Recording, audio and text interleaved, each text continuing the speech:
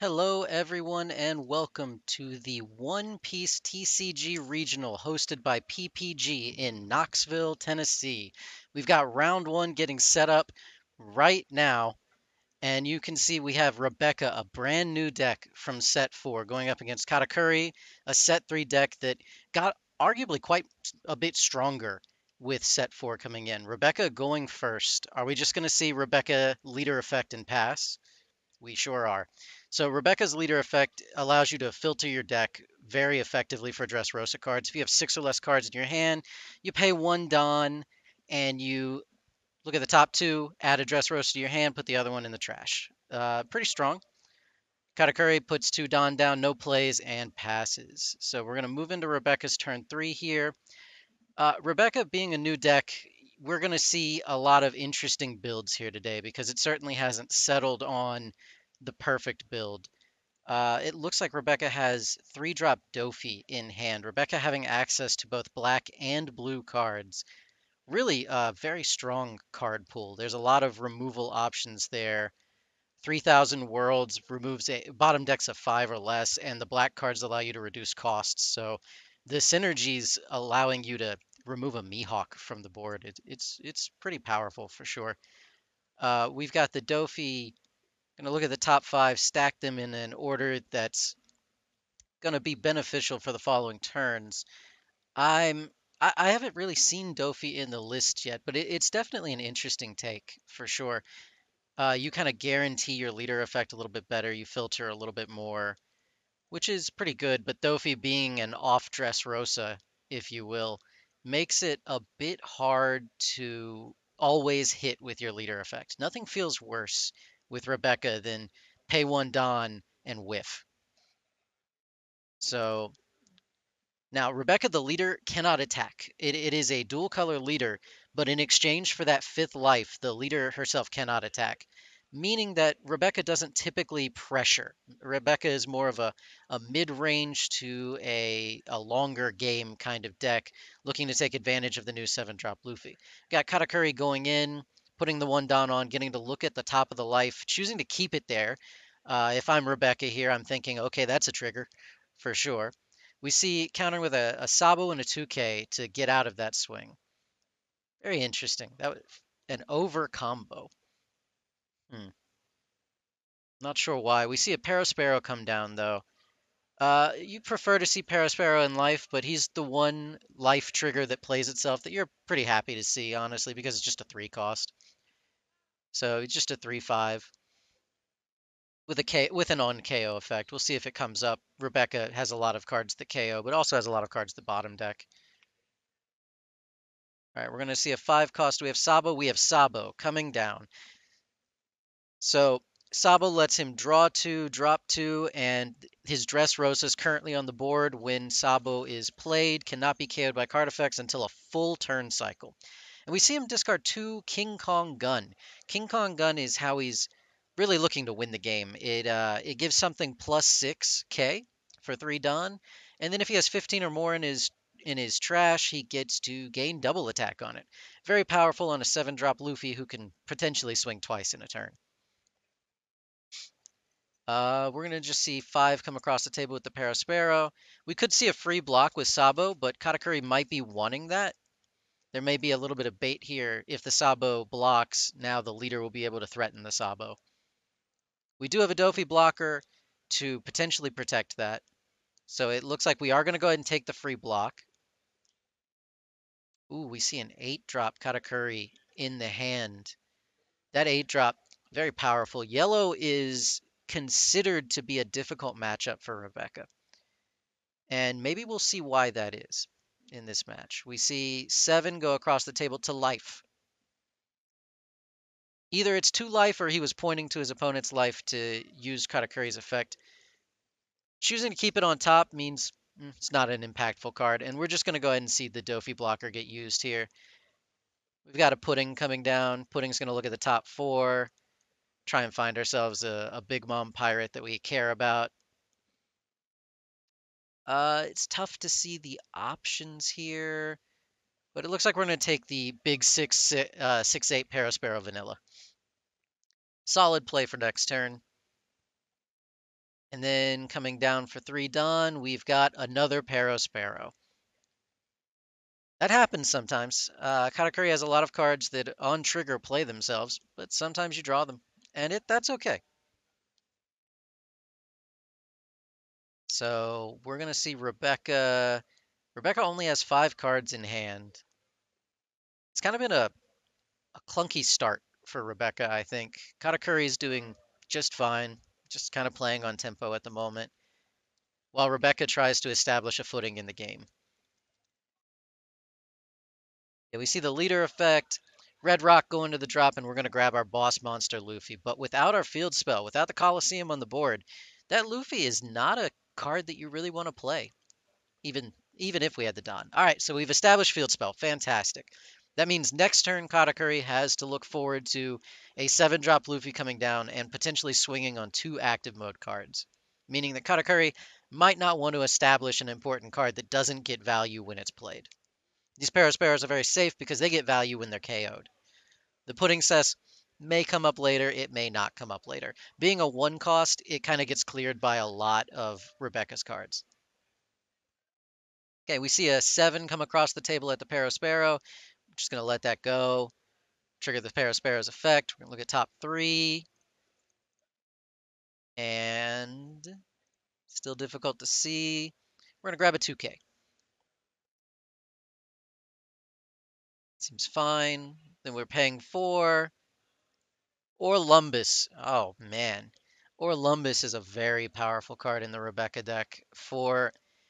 The cost of sacrificing for the cost of sacrificing one of your Dressrosa cards, you get to drop 4 cost from one of your opponent's cards. Orlumbus plus 3 and Miltu. Yeah, Orlumbus is a card that you want to see in Rebecca pretty early, and you just want to keep it around. You don't really want to swing with it until you're trying to go for game or you have to. Because with that Orlumbus on the board, you are threatening your opponent. You are saying at any point in time, this Orlumbus plus a 3,000 worlds is going to clear a 9-drop or less. So only the Big Mom 10-drop is going to be safe against this particular card. We see Katakuri come across the table with no Dawn on it. Now, he does know the top card of both decks, but it just kind of tells you that all that Dawn's getting tapped for a boss monster. And we see Big Katakuri come down, and Orlumbus is a threat, so it needs to go away. He's choosing to put it at the top of the life. Very interesting. Uh, Typically, you see the Katakuri come down, and if he comes down against a value target, you want to put it at the bottom of the life. But you also would prefer to put their non-counterable cards at the bottom of their life. That way, when you're going for game, you don't really care anymore about what cards they have in life because they're not going to be able to use them. It makes your math a lot easier. So the question is, do we see Luffy come down this turn and try to clear this Katakuri? We've got a big think on Rebecca's side right now.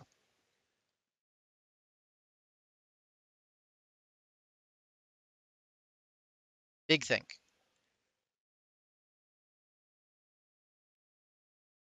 So what do we have? We have 3, 6, 9 Dawn. So Kong Gun is 3, unfortunately. If we had one more Dawn, we could play this Luffy. And if we have a Kong Gun, then we could go across the table for 13 twice at the Katakuri, and that would definitely do it. So it looks like we might just go for a Mihawk instead. And we're going to Mihawk bottom this Parasparrow. There's no value Parasparrow gains off of being put to the bottom. Now we've got this big scary Mihawk on the board. It might be a little bit difficult for Big Mom or for Katakuri, for Big Mom Pirates to answer. So we see Katakuri's going to 10. Will we see a 10-drop Big Mom this turn? I wonder.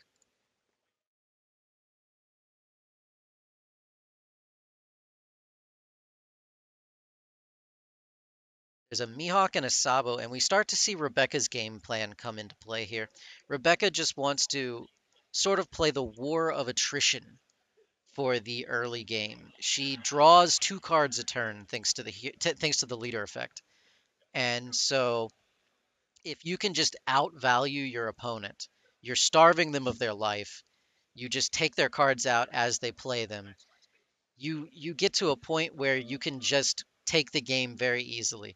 Ultimately, you kind of want to put your opponent at 2 life and then play a Luffy and then have a Luffy on the board, King Kong gun, 1 or 2 or even 3 of them, and then go across the table for a lot, essentially. Go across the table for 25, 18, something along those lines.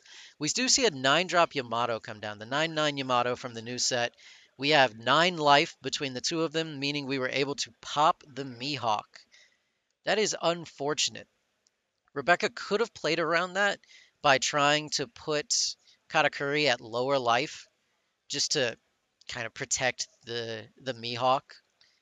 But it's difficult for Rebecca to push damage, especially in the early game when Katakuri's keeping Rebecca's board just completely handled at the moment. Now, we see Rebecca's going to 10 Dawn. We could potentially see Luffy come down this turn and try to answer this Yamato and this 8-drop Katakuri. Things are starting to get quite a bit out of hand, for sure. So we are going to see 7 Dawn get rested. Here comes Luffy. We're going to need Gear 4 to do a little bit of work. Now, thanks to the Colosseum and Luffy's effect, we can attack anything on the board but the leader with this Luffy. So we're going to see 10 go across the table at the Katakuri. It's difficult to justify protecting the Katakuri because he can just bottom 7 from his drop area, from his trash. Sorry, too many games. Bottom 7 from his trash and restand. So you have to protect the Katakuri twice. So we're going to go ahead and see exactly that. Now, Luffy can attack active mode cards, but it's easier to swing on the Katakuri than the Yamato. The Yamato is a 9K. And it looks like we're having some confirmation here about what I was about to bring up. The fact that Luffy can actually just return to the bottom anything. They can be Dressrosa cards. They can be Red Rocks. They can be 3,000 Worlds. They can be anything. They can be more copies of Luffy, making Rebecca go infinite in a lot of cases. And giving a grind game that we typically only see in Law.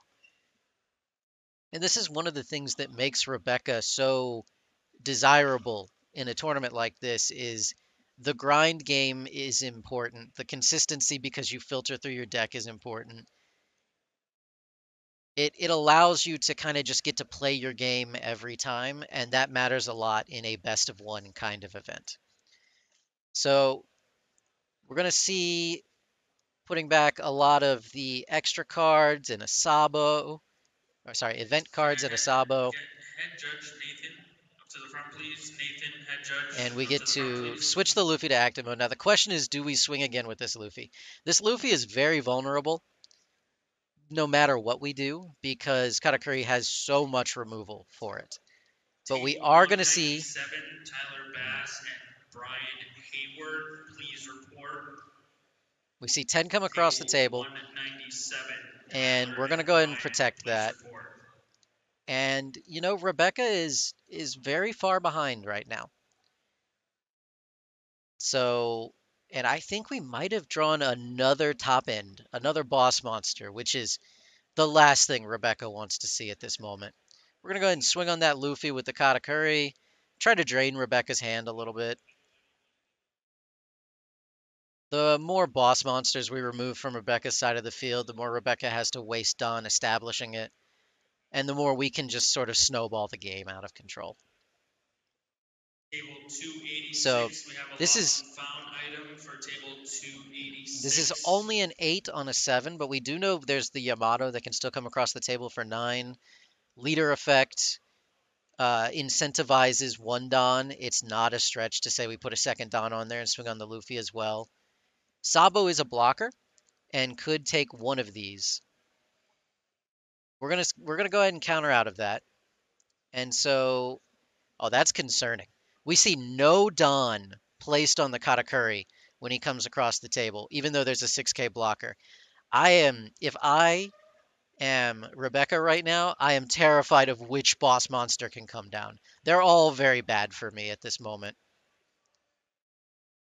Gonna go ahead and get out of that.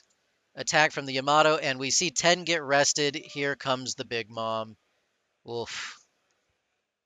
We see a heal and a trash from the opponent's life. This is looking very bad for Rebecca. Rebecca is going to need to come back from this. Now that Luffy actually does not switch to active mode because it used its leader its effect. So we're gonna have somebody run and stop that from happening. Ah, there we go. Okay, good, good. All right. So yeah, the problem with the Luffy is that if you use his effect to switch himself to active mode, he does not switch back when your turn comes back around. He sort of exhausts himself. So we're going to see the leader effect. We're going to need a big one here. And there goes a Dofi. Here comes an Orlumbus. That's good, but it might just be too little too late at this point. We have 3 boss monsters on the board. We're staring down a 12k, a 9k, an 8k, and a pudding cess. I don't know. I don't... Not too sure what Rebecca could play here that could get her out of this situation. And I think Rebecca's having the same question right now. What card do I play that gets me out of 3 boss monsters on Katakuri's side and 6 life? Like at some point, I need to clear this board and get through 6 life. And it's going to be tough. And it's going to have to start with a Luffy effect. So we've got exactly 7 in our trash. So we are going to get to switch the Luffy to active mode. So let's see where we go with this. Luffy goes to active once, and Katakuri's not very concerned. Even if this Luffy takes out a boss monster, it's it's fine. You're gonna have to invest some Don. You're most likely going after Katakuri, which is arguably the least threatening of the boss monsters that Katakuri has on the board. And yeah, we're gonna have to go a lot of Don in. Probably on the Yamato, if we're putting 6 Don on the attack, we're gonna at least try to clear the 9k. And it is successful. That's good. We have 3 Don remaining, and we're going to go ahead and tap out to play another blocker. That is one thing that Rebecca has going for her, is she has a lot of blockers. So Katakuri, does Katakuri have another boss monster? This is where another 10-drop Big Mom is just devastating, but I don't think that we have another 10-drop.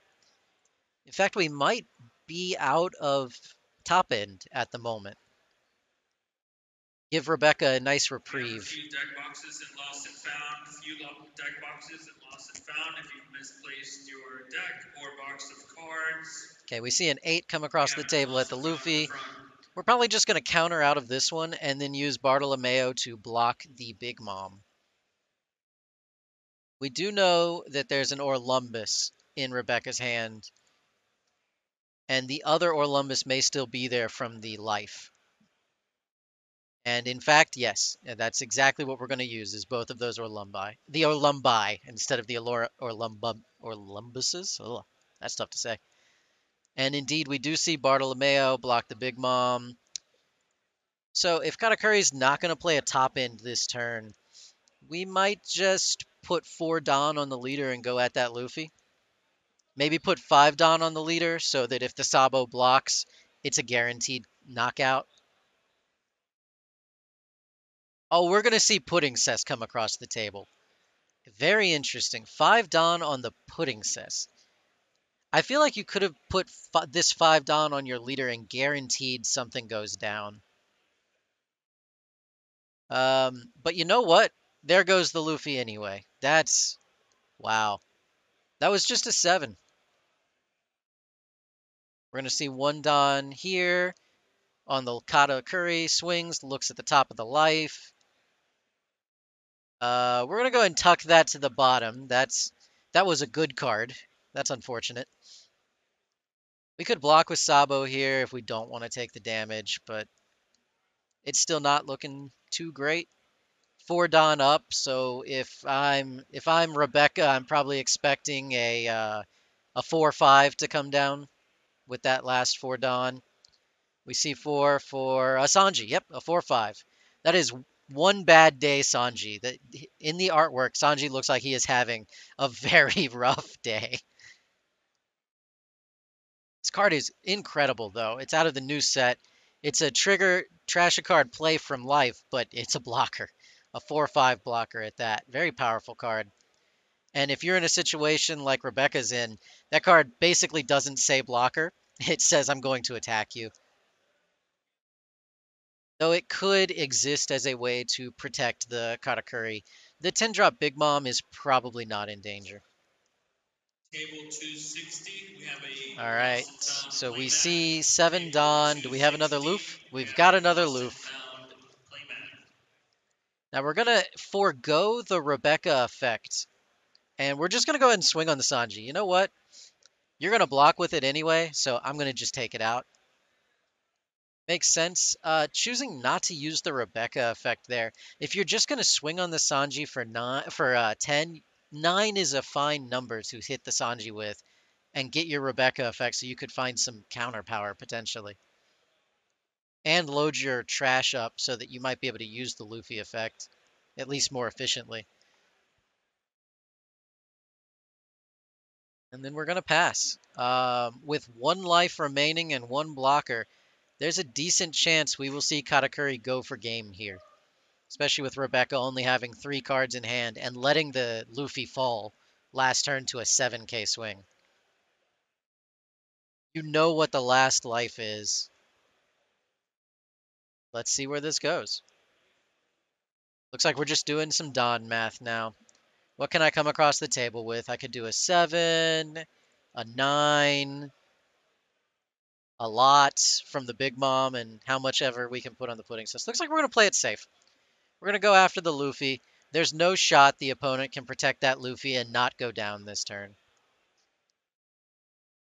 So the Luffy falls, and now we just probably put 2 Don on Katakuri, go 7 at the life. Oh, okay. We're going to go 12 at the life. That'll be a damage for sure.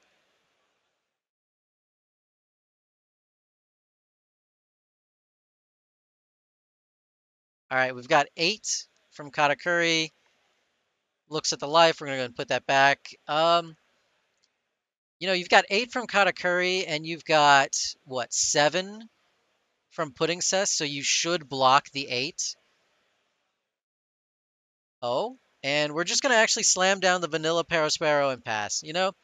It makes sense. We are not in a losing position. There is very little chance Rebecca is going to win the game from this board state. I would say quite near 0. We flip up a Bartolomeo and a Rebecca 1-drop. Might be a little late. So we're going to grab the blocker. And where are we going to go from here? We play some blockers, but at this point we've lost the war of attrition. And unfortunately, I don't think Rebecca's coming back from it. We can play down this Bartolomeo. We can play down this Sabo. Now they can't be KO'd by skills, but all right, we're going to discard an extra copy of a Coliseum, and we're going to discard our 3/5 Toy Soldier Man, Kyros, I believe. That card's very good. It's a shame Rebecca couldn't see it sooner. It could have at the very least cleared the Pudding Cess. All right, well, we've got 2 blockers on the board and 5 attackers, technically, with the Pudding Cess. Looks like we're going to go ahead and just get the Pudding Cess out of the way. I believe that's a 6 or a 7. It's tough to see from here. That's an 8. That was an 8 Pudding Cess. Okay. Then we've got another 8, Bartolomeo.